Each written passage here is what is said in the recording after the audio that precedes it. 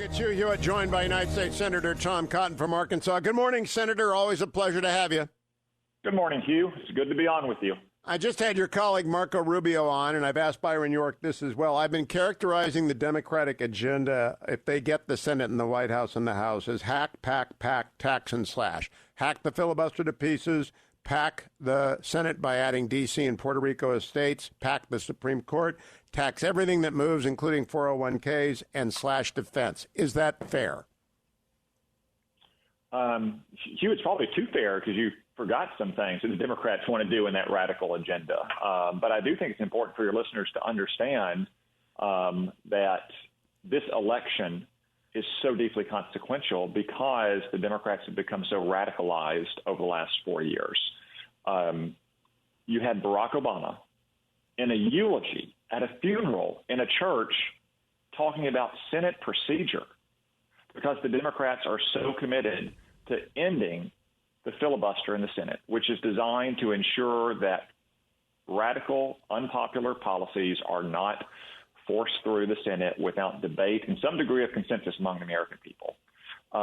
Chris Coons, a senator from Delaware, often portrayed as a moderate, very close to Joe Biden, literally wrote the letter with Susan Collins 3 years ago to Chuck Schumer and Mitch McConnell asking to preserve the filibuster. He will no longer commit to preserving the filibuster.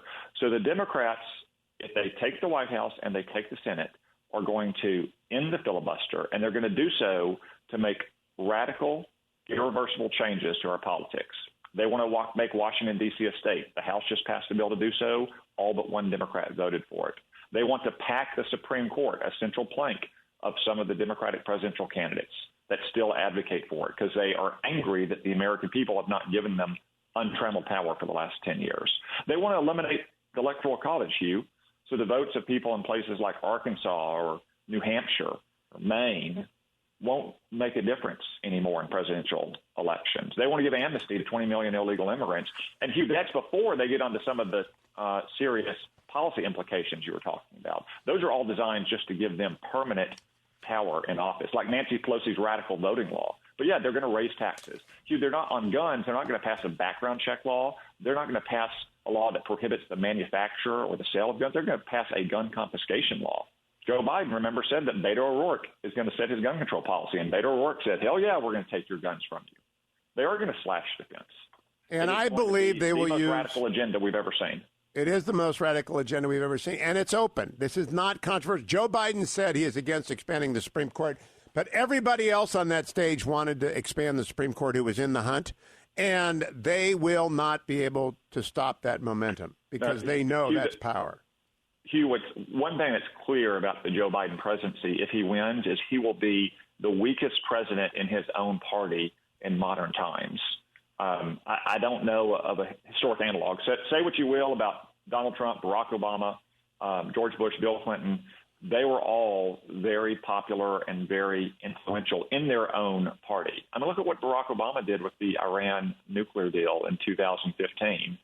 He rammed that through the Congress, and you had staunch opponents of Iran voting for it because Barack Obama's White House was threatening to primary Democrats. Joe Biden is not going to have that kind of influence. Joe Biden is not the leader of the Democratic Party. That's one reason why you see this protracted vice presidential debate, because they're so worried about offending this or that constituency within the Democratic coalition.